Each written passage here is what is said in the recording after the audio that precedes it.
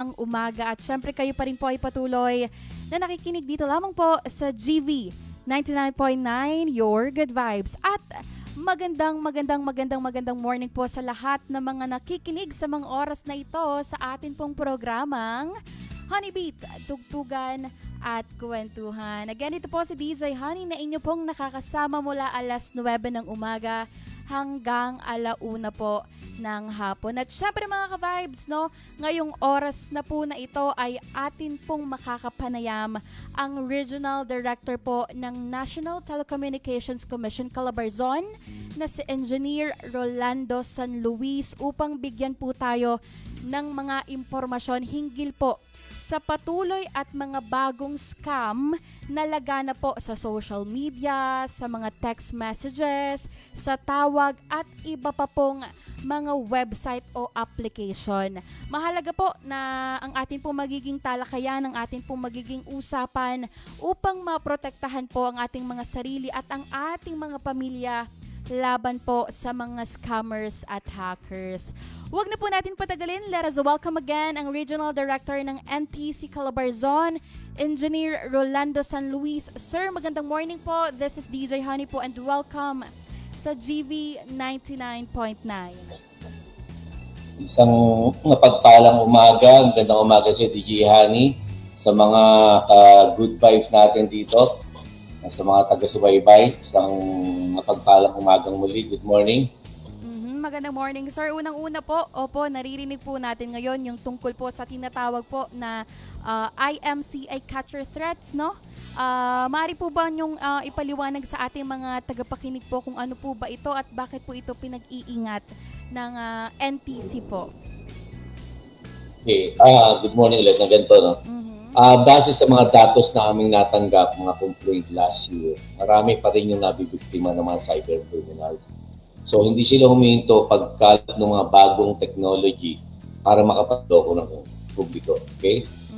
Ganito, yung unang platform yung unang modus na ginagawa nila is yung IMSI catcher, yung tinatawag na fake cell tower. Di ba? So, yung fake cell tower na ito, mas malakas yung signal dun sa regular cell site. So, once na makonect na yung cellphone mo dun sa kanilang IMSI catcher na tinatawag, maaari na sila magpadala ngayon sa iyo ng mga fake messages, yung mga SMS spoofing na tinatawag. Then, tandaan niyo po, yun nga yung sabi ka natin, yung messages nito is parang legitimate. Diba? Dahil nagpapanggap sila na sila yung mga tao ng pamahalaan o galing sa bangko o sa telecom company. Wala po ito mga sender number. So talagang mapapaniwala ka. Once ito naman po yung kakaiba, tandaan niyo po, lahat ng pinapadala nilang mga messages na yon, lagi may kasamang link. Yun po yung pagkakakilanlan na ito ay hindi legitimate message. So yun nga po yung paalala lagi ng NTC, huwag po natin i-click o i-open yung mga link na yon. Kasi once you open it, maaari na nilang makuha yung personal at financial information mo. Doon po magsisimula. Maaari ka na po magpadala ng mga OTP. So, makakompromise na yung financial account mo.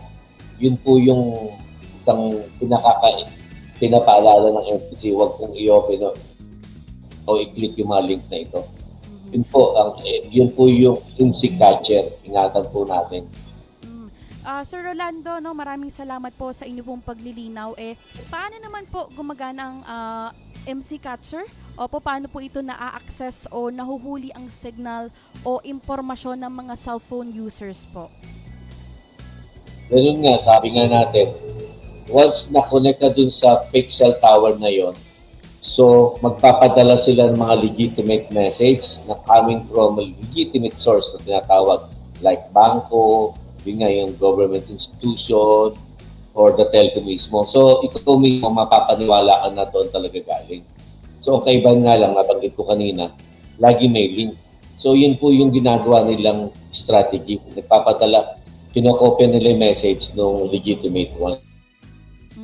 So sir, bakit po ito tinuturing po na delikado sa publiko, no? Ano po yung mga Mapapansin nyo naman po yan, baka po kayo nakaka-receive na rin yan na meron kayong galing o nanalo kayo minsan, gano'n po. Huwag niyo po click kasi ma-compromise na po yung mga personal information niyo.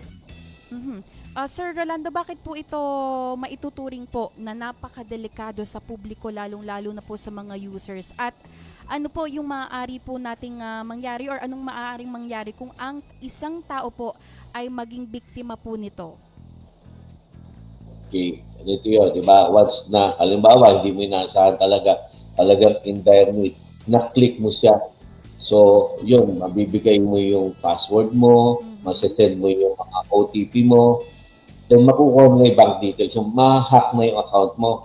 Agad-agad po, tandaan nyo, kung yun man nagawa nyo o na-click nyo yung mga link na ito, i-report po agad sa NTC. Then para ano po tawag dito, once you report it, kami na po yung nag-check ng mga source ng message. Although talagang pag na-compromise na yung account natin, i-public nyo na po yung account nyo yun. Magre-reboot po kayo, papaalam nyo sa bangko, kung bangko man ito, na nahack po yung account nyo. So sir, to be clear lang po, no, pwede po mag-report sa NTC ang mga biktima, pati rin po sa mga bangko. Yes, opo. Pwede po mag-report. Ibigay lang po ito mga informasyon na nakuha nila. Papipicturean lang po, then isend po sa amin. Meron po kaming mga what we call yung mga complaint center namin. Bibigay ko po sa inyo mamaya. Opo. Ngayon naman po sir, no, madalas po natin na marinig yung tinatawag po na over-the-top o OTT platforms.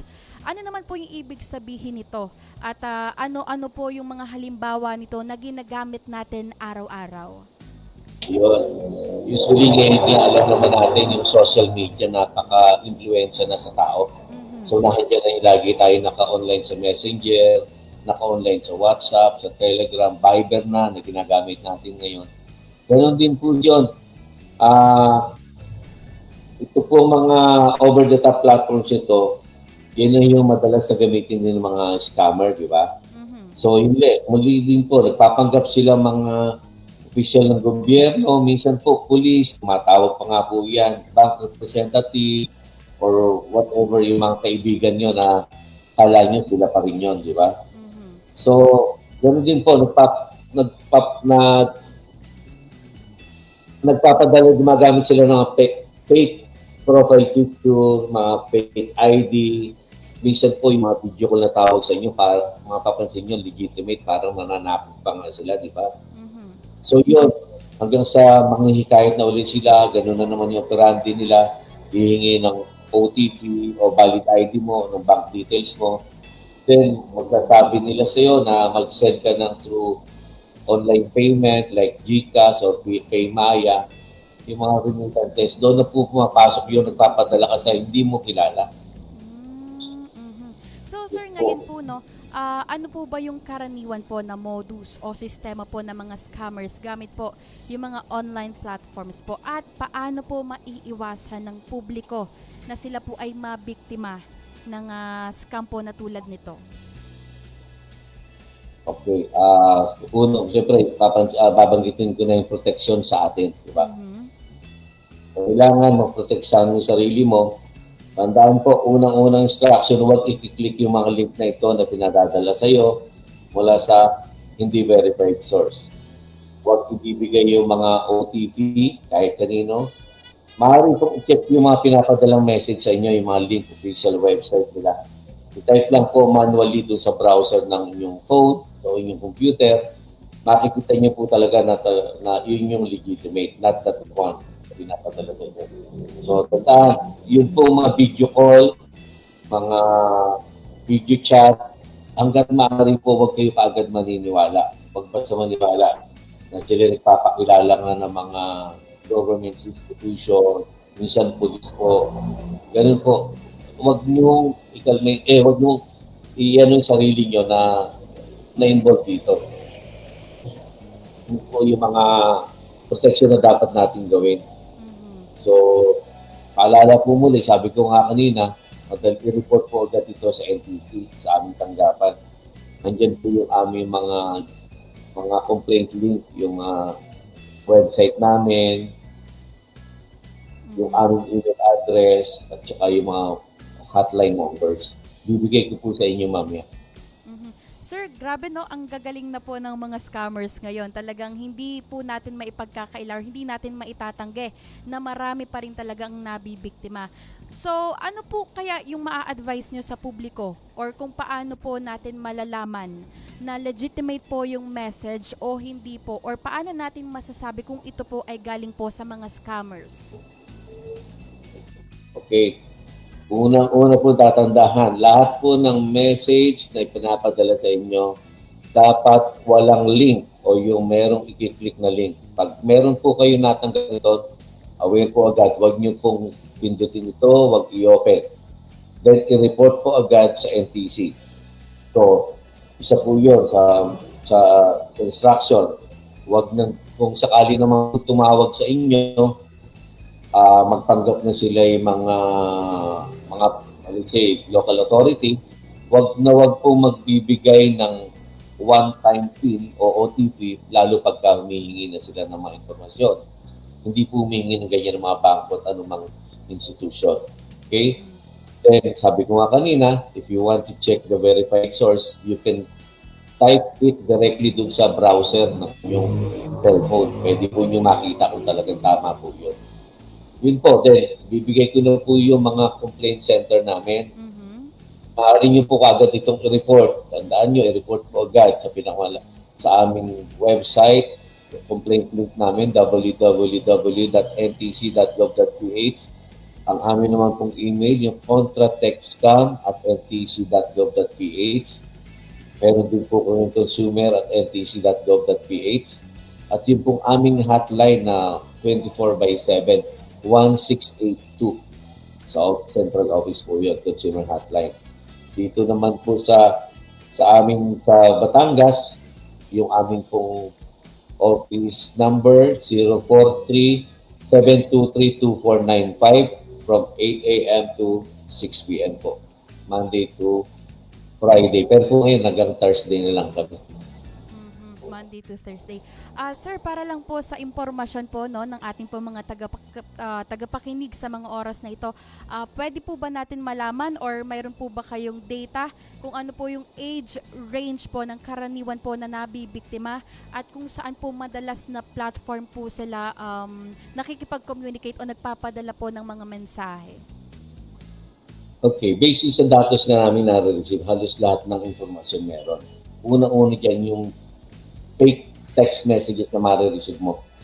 Yun yung karamihan na datos. So based on age, usually nagko-complain sa office niyan is yung mga middle age na. That's sila madalas. Then yung old ones na tinatawag natin, partly sila yung na-involve pero yung ang nagko-complain diyan sa NTC, yun na yung mga siguro pagkatasan lang nila. Usually lahat ng age, lahat ng user ng cellphone, user ng mga application, andyan na po, part na po sila sa mga nagko-complain. So yun po yung sinasabi nga natin na siguro talagang pag-ibigit na kahit saan kumakapit na po tayo. So iwasan po natin, isang mahalagang paalala po muli, ang legitimate government agency, ang mga bangko, ay kailanman hindi po yan humingi ng mga personal information, lalong-lalo na yung OTP nyo o yung password ng inyong mga personal account. Yun po yung mahalagang paalala. Ingatan po. Sir Rolando, maraming salamat po sa mga paglilinaw po at pagbibigay po ng mga napakahalagang impormasyon para po maging aware po ang ating publiko. No? At syempre po, sir, sa panghuli po natin, ano po ang inyong mga mensahe mula po sa National Telecommunications Commission Region 4A para po sa ating mga kababayan, sa ating mga ka-vibes upang po mas maging ligtas po tayo sa paggamit po ng cellphone at internet? Okay. Muli, ang National Telecom Commission sa panguno ng aming commissioner ay walang sawa nagpapaalala sa mga publiko at tao na maging alert po tayo, maging mapagbadyag po tayo dun sa ating mga natatanggap na mga messages. Okay? Muli, huwag i-click ang mga link. Yun po ang importante para hindi ko kayo pumasok sa ganong scam. Okay? Muli po ang NTC nagpapaalala, huwag kong maniwala sa mga scammer. Kung makuha yan, pagtiwalaan nyo na po sa sarili, pagtiwalaan nyo po ang NTC. Yun po. Magandang umaga po sa inyong lahat. Thank you, DJ Hani. Thank you po. Maraming salamat po, Sir Engineer Rolando San Luis, ang Regional Director ng National Telecommunications Calabarzon. Maraming salamat po. At syempre sa ating mga ka-vibes na patuloy po kayo na makinig at tumutok lamang dito po sa GV 99.9, Your Good Vibes. Thank you, DJ Hani. Bye. GV 99.9